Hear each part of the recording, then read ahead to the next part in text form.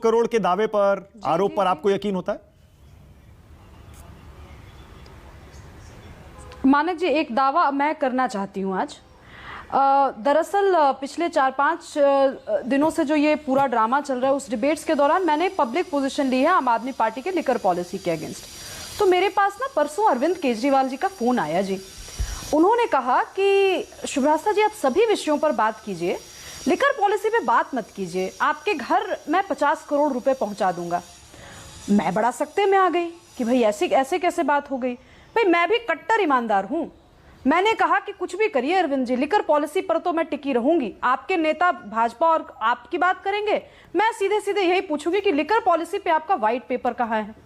अब इस जो अभी आप दावा किया मानक जी, ये दावा सच है, ये दावा सच है। और जिस दिन आम आदमी पार्टी के जो प्रवक्ता बैठे हैं और अरविंद केजरीवाल जी बैठे हुए हैं अपने कार्यालय में, वो जिस दिन वो लिस्ट जारी कर देंगे कि किनके पास कितने करोड़ का ऑफर का फोन आया, उस दिन मैं भी बताती हूँ कि किस नंबर से अरविंद केजरीवाल जी ने 50 करोड़ आपको ऑफर किया। Private number use Kejriwal ji ने खुद फोन किया, नंबर के रूप में आता है, खुद फोन किया केजरीवाल जी ने और 50 करोड़ का ऑफर दिया आपको। जी, बिल्कुल किया, बिल्कुल कि आप सभी चीजों पर बात कीजिए ना, आप सारी पॉलिसीज पे क्रिटिसाइज कीजिए, बस लिकर पॉलिसी पे चुप रहना जी।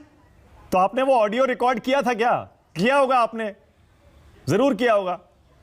नहीं, मैंने कुछ नहीं रिकॉर्ड किया जी। मैंने कुछ नहीं रिकॉर्ड किया। मैं तो आम जनता हूं जी, मुझे रिकॉर्ड करने की क्या जरूरत है।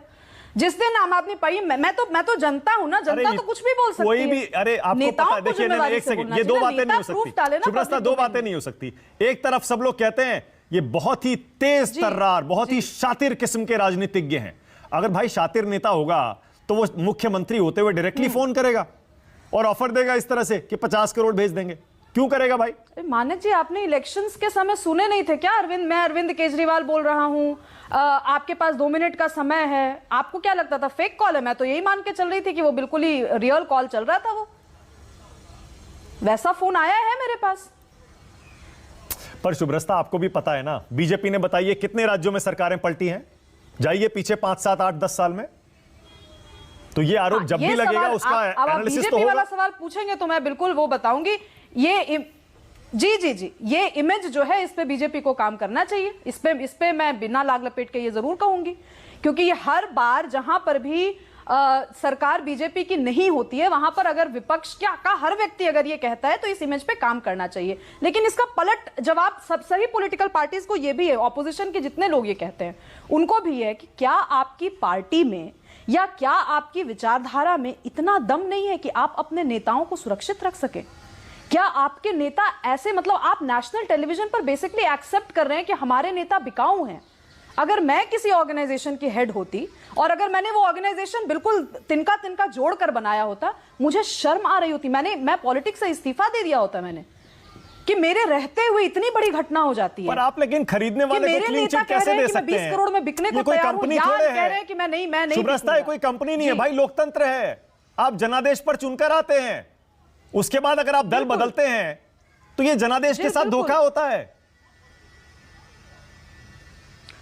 बिल्कुल सही बात है, बिल्कुल जनादेश के साथ धोखा होता है। और दूसरी बात यह है कि आप ये बेसिकली आप प्राइमा फासी ये एक्सेप्ट कर रहे हैं कि जनता ने जिन लोगों को चुना वो बिकाऊ थे, यानी कि टिकट हमने जिन लोगों को दिया वो बिकाऊ थे।